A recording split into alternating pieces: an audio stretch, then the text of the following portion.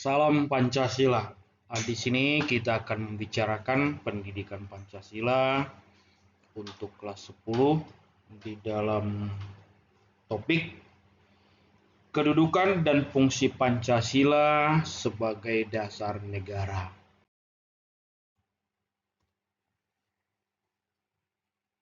Kalau kita membicarakan Pancasila sebagai dasar negara, pertama kita harus memahami dulu arti dasar. Kalau dikatakan dasar, bisa diartikan sebagai suatu fondasi yang sifatnya adalah mutlak. Karena bentuk dan proses penyelenggaraan negara yang berdasar Pancasila, maka bentuk dan proses penyelenggaraan negara itu tidak bisa menyimpang dari patokan garis besar Pancasila itu sendiri. Karena apabila dia menyimpang berbeda daripada dasarnya, daripada pondasinya, maka dapat dikatakan di sini negara itu bersifat rapuh, yang kemungkinan akan bisa jatuh, roboh, dan hilang. Ibarat contoh, kalau kita membangun satu rumah, terlebih dahulu dibuat adalah pondasinya sebagai dasar. Pondasi itu atau dasar itu sifatnya mutlak terhadap bentuk, ukuran bangunan yang akan dibuat. Dan itu semua harus sifatnya sejajar. Tidak boleh menyimpang sedikit pun. Apabila ada terjadi penyimpangan ataupun salah perhitungan atau salah buat dan lain sebagainya, kemungkinan besar bangunan itu akan roboh. Nah, itu kalau kita berbicara tentang dasar. Nah, di sini kita membicarakan Pancasila sebagai dasar negara. Pertama sekali kita akan coba melihat pendapat daripada Kailan. Dia mengatakan bahwa Pancasila memiliki kedudukan dan fungsi yang mencakup sebagai dasar negara. Nah, dari sinilah kita akan berangkat bagaimana bangsa Indonesia merancang Pancasila itu sebagai dasar negara. Rancangan terhadap Pancasila sebagai dasar negara itu dalam pembahasan kita sebelumnya, kita sudah melihat langkah-langkah yang dilakukan pertama sekali adalah sidang pertama BPUPKI tanggal 29 Mei sampai tanggal 1 Juni. Dalam pembahasan kita sebelumnya telah ditegaskan bahwa pandangan yang disampaikan Soekarno tanggal 1 Juni 1945 yang menyebut istilah ataupun nama daripada dasar negara itu adalah Pancasila. Yang kemudian Soekarno juga menguraikan ada 5 nilai-nilai dasar di dalam Pancasila itu sendiri. Nah, kemudian dari hasil sidang tersebut, Panitia 9 tanggal 22 Juni membuat kesimpulan atau suatu kesepakatan yang kemudian kita kenal dengan preambul Piagam Jakarta atau yang kita kenal sekarang menjadi Piagam Pembukaan Undang-Undang Dasar 45 yang kemudian itu ditetapkan tanggal 18 Agustus 1945 di dalam sidang PPKI. Resmi ditetapkan apa yang menjadi dasar negara dapat kita lihat secara jelas di dalam pembukaan Undang-Undang Dasar 45 alinea keempat yang di sana tertulis. Demikian. Maka disusunlah kemerdekaan kebangsaan Indonesia itu dalam suatu Undang-Undang Dasar Negara Republik Indonesia yang terbentuk dalam susunan Negara Republik Indonesia. Negara Republik Indonesia berkedaulatan rakyat dengan berdasar kepada ketuhanan yang Maha Esa, kemanusiaan yang adil dan beradab, persatuan Indonesia, kerakyatan yang dipimpin oleh hikmat kebijaksanaan dalam permusyawaratan perwakilan, keadilan sosial bagi seluruh rakyat Indonesia. Di situ tegas bisa kita garis bawahi ada kata yang mengatakan berdasar kepada 5 nilai dasar, 5 asas yang kita kenal dengan sebutan Pancasila. Dari situ bisa kita harus pahami juga bahwa kelima dasar tersebut merupakan susunan yang sifatnya tetap, susunan yang sifatnya mutlak. Susunan itulah yang kita kenal dengan hierarki sila Pancasila. Atau bisa juga pernah kita dengar ada istilah sistematika piramida Pancasila, di mana sila pertama menjadi yang paling pokok, yang paling mendasar, yang paling sifatnya universal, dan sila kelima yang paling atas yang merupakan tujuan bangsa Indonesia, cita-cita bangsa Indonesia, yaitu masyarakat yang adil dan makmur. Nah, hal ini juga bisa kita lihat di dalam instruksi Presiden nomor 12 tahun 1968 sebagai suatu ketetapan yang menetapkan sistematika susunan Pancasila itu merupakan susunan hierarki piramida. Itu ditetapkan di dalam instruksi Presiden nomor 12 tahun 1968. Artinya hierarki piramida itu tiap sila memiliki hubungan yang saling mengikat, saling menjiwai satu sama lain dan tidak terpisahkan. Umpamanya ketuhanan yang Maha Esa yang dijiwai oleh kemanusiaan yang adil dan beradab, persatuan Indonesia, kerakyatan yang dipimpin oleh kebijaksanaan dalam permusyawaratan, dan keadilan sosial bagi seluruh rakyat Indonesia. Nah, itulah pemahaman-pemahaman di dalam sistematika atau hierarki piramida Pancasila itu sendiri. Dalam hal ini, fungsi pokok Pancasila bagi Indonesia sebagai dasar negara. Hal ini juga bisa kita lihat dari pandangan-pandangan yang disampaikan oleh Soekarno dalam sidang BPUPKI pertama tanggal 1 Juni 1945 yang mengatakan bahwa Pancasila sebagai dasar negara artinya bahwa Pancasila itu adalah merupakan fundament filosofis yang menjadi dasar berdirinya negara Indonesia.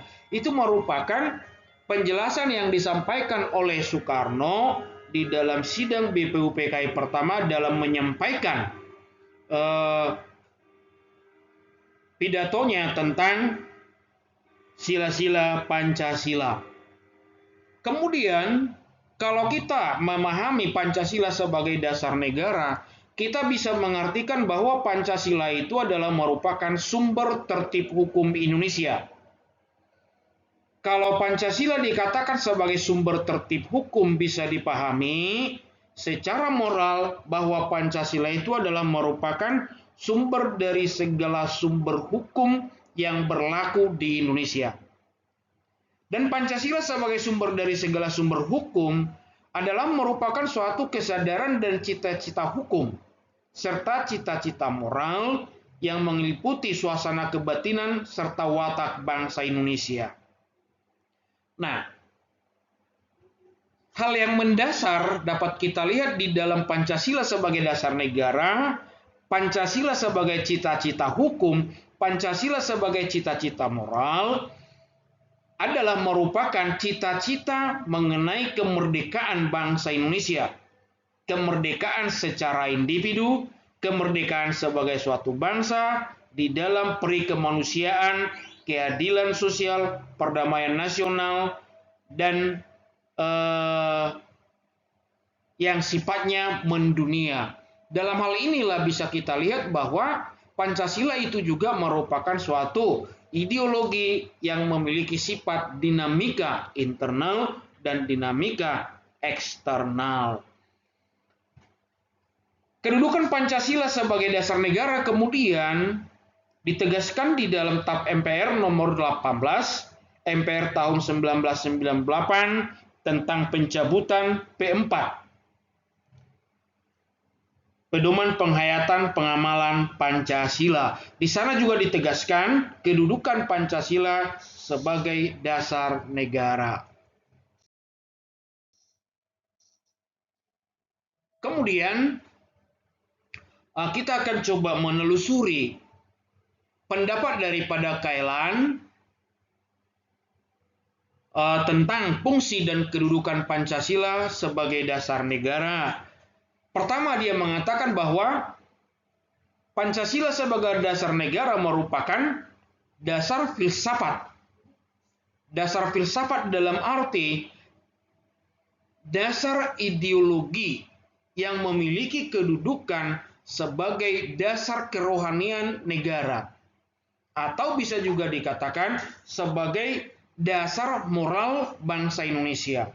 Maka pada dasarnya Pancasila sebagai dasar negara mengharapkan terciptanya manusia-manusia Indonesia sebagai manusia-manusia yang Pancasilais.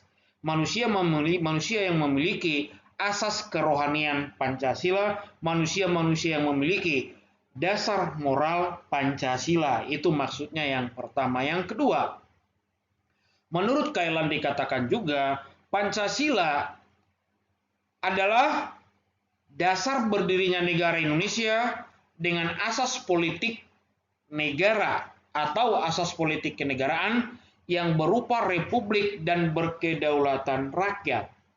Hal ini juga dapat kita lihat secara tegas telah ditetapkan di dalam pembukaan Undang-Undang Dasar 45 yang mengatakan tadi, disusunlah kemerdekaan kebangsaan Indonesia itu dalam suatu Undang-Undang Dasar Negara Indonesia yang terbentuk dalam susunan Negara Republik Indonesia yang berkedaulatan rakyat. Artinya, Indonesia yang berdasar Pancasila itu terbentuk sebagai suatu negara yang berbentuk republik. Yang artinya, kepala negara adalah presiden. Jadi, Indonesia bukan sebagai monarki. Yang selanjutnya dikatakan bahwa Indonesia adalah negara berkedaulatan rakyat. Dalam arti bahwa Indonesia adalah penganut kedaulatan rakyat yang mengakui kekuasaan tertinggi negara ada di tangan rakyat.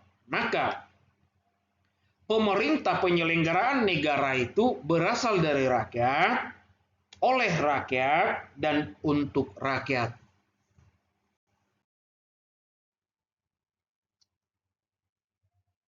Kemudian, Kailan mengatakan bahwa kedua-duanya menjadi basis penyelenggaraan kemerdekaan kebangsaan Indonesia, yaitu pelaksanaan dan penyelenggaraan negara sebagaimana tercantum dalam hukum positif Indonesia, termuat dalam Undang-Undang Dasar Negara Republik Indonesia.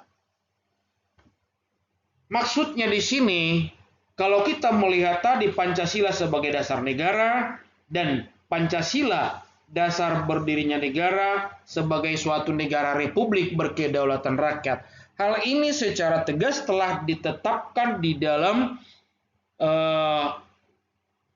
Undang-Undang Dasar Negara Republik Indonesia sebagai suatu hukum positif Indonesia yang bersifat universal dan berlaku secara keseluruhan dan sifatnya mendasar. Kailan juga mengatakan di atas bahwa Undang-Undang Dasar di atas Undang-Undang Dasar berdirilah bentuk susunan pemerintahan dan keseluruhan hukum positif lainnya. Artinya Undang-Undang Dasar sebagai hukum dasar, sebagai konstitusi, secara mendasar telah mengatur tentang susunan kelembagaan negara dan susunan pengaturan hukum-hukum lainnya di bawah Undang-Undang Dasar 45. susunan hukum-hukum lainnya sebagai aturan pelaksanaan terhadap Undang-Undang Dasar 45.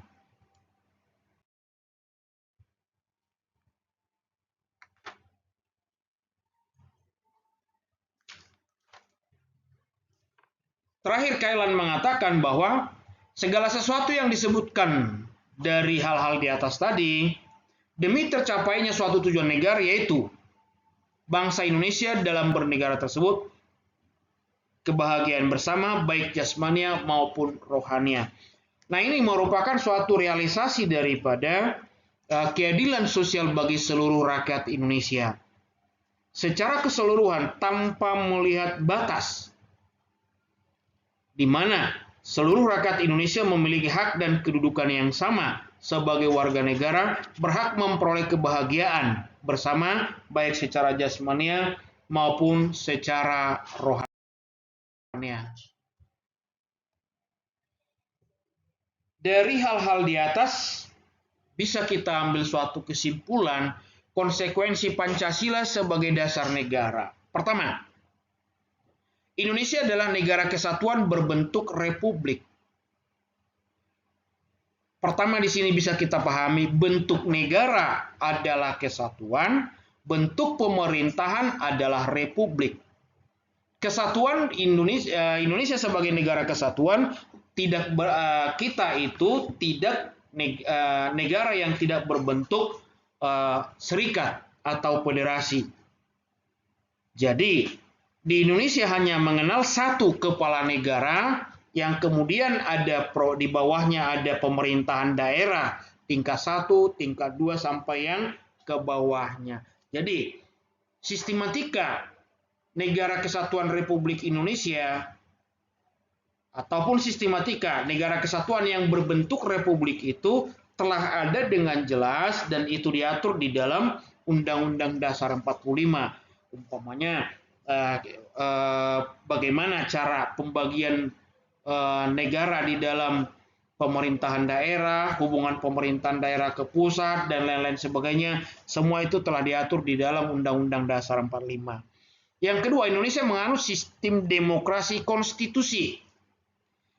Kalau dikatakan negara demokrasi konstitusi, sama artinya itu negara dengan sistem pemerintahan presidensil. Berarti kepala pemerintahannya adalah presiden. Jadi, republik kepala negara presiden, demokrasi konstitusi kepala pemerintahan adalah presiden. Dan itu semua telah diatur di dalam Undang-Undang Dasar 45 tentang struktur kelembagaan negara, cara pemilihan kepala pemerintahan, batasan-batasan hak dan kewajiban.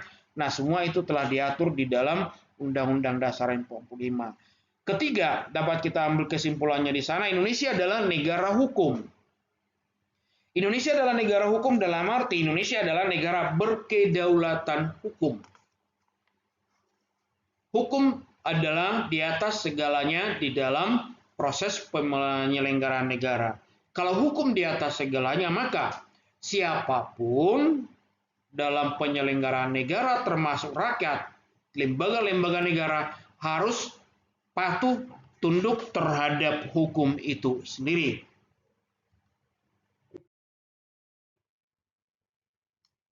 Kemudian di sini kita akan coba melihat satu persatu kedudukan dan fungsi Pancasila bagi bangsa Indonesia, bangsa dan negara Indonesia. Fungsinya, fungsi Pancasila 1. Dasar berdirinya negara. Pancasila sebagai dasar berdirinya negara didasari pada pemikiran yang secara mendalam tentang dasar negara lazimnya muncul ketika suatu bangsa hendak mendirikan negara itu sendiri. Kalau kita melihat daripada proses terbentuknya negara Indonesia, bahwa sebelum negara Indonesia berdiri telah ada bangsa Indonesia. Bangsa Indonesia lah yang merancang dasar negara Pancasila melalui BPUPKI, Panitia 9 sampai kepada PPKI yang kemudian diresmikan berdiri Indonesia sebagai suatu negara secara de facto tanggal 18 Agustus 1945 melalui sidang PPKI. Yang kedua, Pancasila berfungsi sebagai dasar partisipasi warga negara. Pancasila memiliki nilai-nilai yang menjadi patokan, yang menjadi suatu dasar pondasi terhadap hak-hak dan kewajiban dari setiap warga negara, tanpa membeda-bedakan latar belakang, jenis kelamin, suku, dan lain-lain sebagainya. Setiap warga negara memiliki hak dan kewajiban yang sama menurut porsi masing-masing di dalam tugas masing-masing. Nah, salah satu contoh dalam pasal 27 ayat 3 dikatakan di sana, segala warga negara berhak dan wajib ikut serta dalam bela negara. Berhak dan wajib tanpa tidak ada penyebutan umpamanya apakah golongan tertentu, kelompok tertentu, latar belakang tertentu, tidak, tetapi semua tanpa melihat perbedaan apapun. Yang ketiga, Pancasila sebagai dasar partisipasi warga negara. Pancasila sebagai dasar partisipasi warga negara, apa yang menjadi partisipasi kita di dalam penyelenggaraan negara tersebut? Partisipasi itu berdasarkan kemampuan, berdasarkan tugas, berdasarkan hak, berdasarkan kewajiban yang sudah diterima oleh setiap warga negara itu sendiri. Artinya, setiap orang melakukan apa yang menjadi tupoksi daripada masing-masing warga negara yang saling keterkaitan, saling ketergantungan, dan tidak bisa dipisahkan satu dengan yang lain. Yang keempat, Pancasila itu sebagai dasar pergaulan antar warga negara. Nilai-nilai Pancasila adalah merupakan suatu dasar daripada interaksi sosial antar setiap warga negara, komunikasi sosial, mobilisasi sosial, dan struktur sosial. Semua didasarkan pada nilai-nilai Pancasila yang tidak terlepas dari tatanan sosial, budaya, kelompok-kelompok masyarakat itu sendiri. Yang kelima, Pancasila berfungsi sebagai sebagai dasar negara, berfungsi sebagai dasar dan sumber hukum nasional. Itulah yang sudah kita katakan sebelumnya, Pancasila adalah sebagai sumber dari segala sumber hukum. Atau Pancasila adalah dasar moral hukum Indonesia. Demikian pembahasan kita untuk saat ini. Terima kasih.